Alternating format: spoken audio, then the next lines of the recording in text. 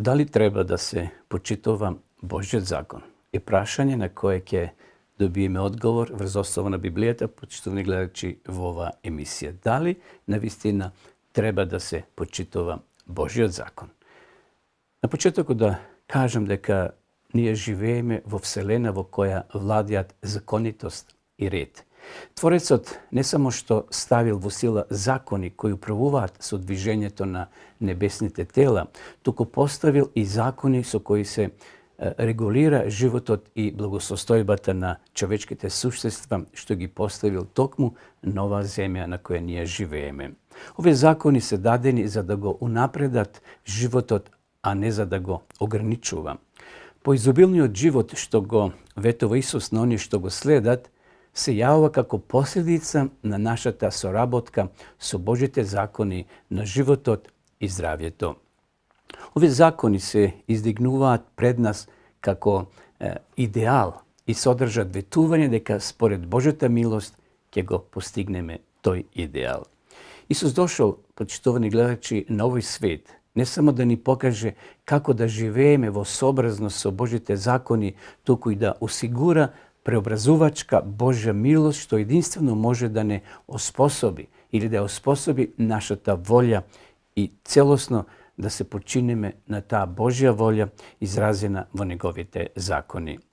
Наместо да бидат збирка на услови за влегување во небесното царство за верниот христијанин, Божите закони стануваат едноставно мерило на неговото се поголемо искуство со Бога и повик да продолжи да расте во милоста. Во наше време, во кој ние денес живееме, јасно е дека законите што ги ограничуваат брзините на патиштата и го регулираат сообраќајот имаат суштинско значење да го сочуваат општеството и поединечните животи. На сличен начин може да кажеме дека од суштински се и прописите и насоките со кои се регулираат моралните и општествените односи на човекот со човека и со Бога. Би сакал да спомнам, почитувани гледачи, дека големите начела на Божиот морален закон се изразени во текстот на Декалогот или во народот познати како 10 свети Божи заповеди. Тие 10 заповеди се спроведени од страна на Исус Христос кога тој бил нова земја. Иако сатаната од своја страна се обидувал уште од појавата на гревот да ја увери целата вселена, а и човекот кој подосна бил создаден нова земја, дека е невозможно да се живее во хармонија со Божиот закон. Меѓутоа Христос дошол нова земја да покаже и да докаже дека сатаната нема право. Тој покажал со својот личен пример што значи да се исполни законот Господов. Ајде да прочитаме во првото Евангелие, а тоа е Евангелието според Матеја, 5 глава, 17 стих. Еве што кажал Исус: немојте да мислите дека сум дошол да го нарушам законот или пророците. Не сум дошол да го нарушам, туку да го исполнам. Гледате, Исус со својот живот, почитувани гледачи, го исполнил законот, им дал пример на останатите луѓе како да живеат според тие 10 свети принципи. Што значи да се исполни законот? Да ги исполниме Божите заповеди, значи да живееме според нив, да се поставиме во нивната вистинска перспектива. Исус дошол да ни даде еден нов поглед, би рекол, нов поглед на целта, на силата и на ветувањето на Божиот закон. 10 Божи заповеди, почитувани гледачи, ја изразуваат Божјата љубов, неговата волја и неговите намери во врска со однесувањето на човекот.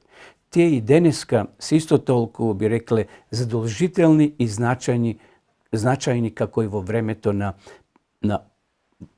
Мојсеј, на израелците, кога бил тој закон и објавен во пишана форма.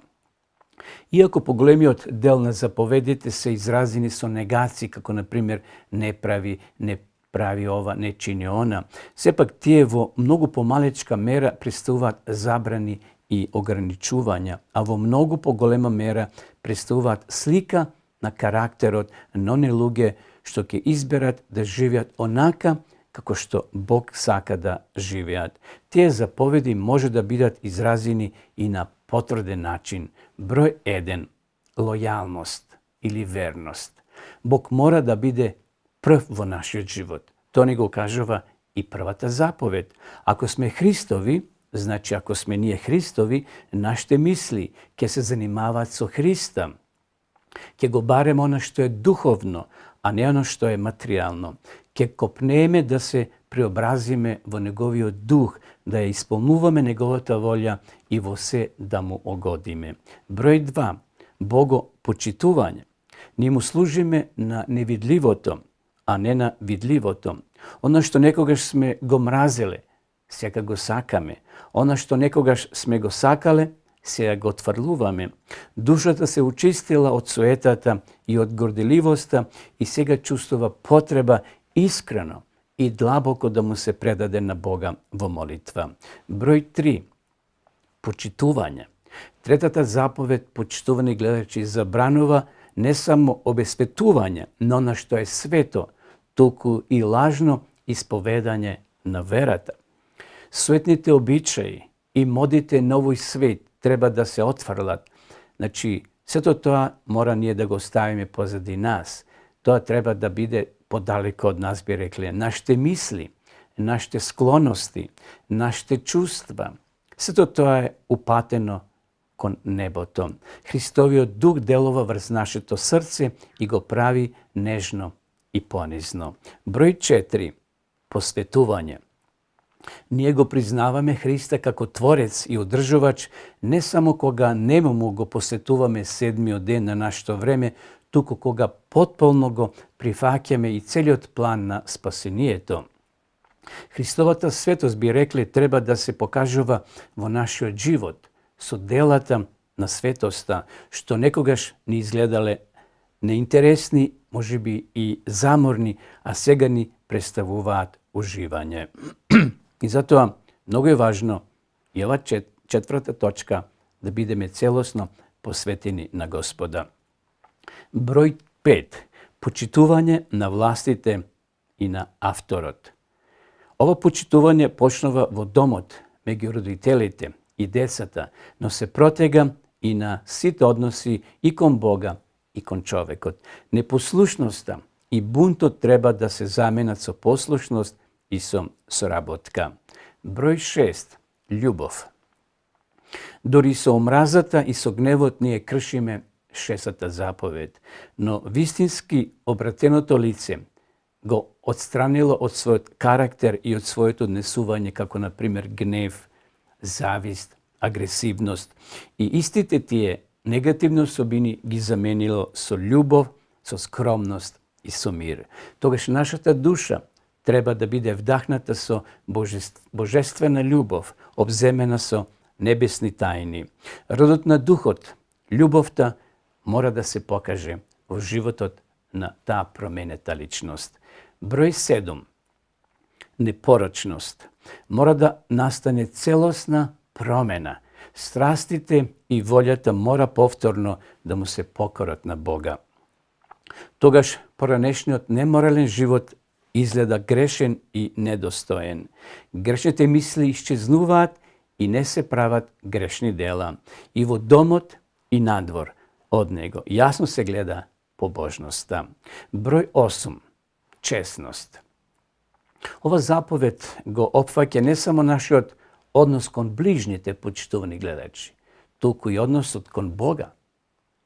Наместо да му крадеме на Бога она што му припаѓа, например нашето здравје, времето, нашите пари, десетоци и приноси, ние треба радосно да му го посветиме се она што го имаме и она што сме.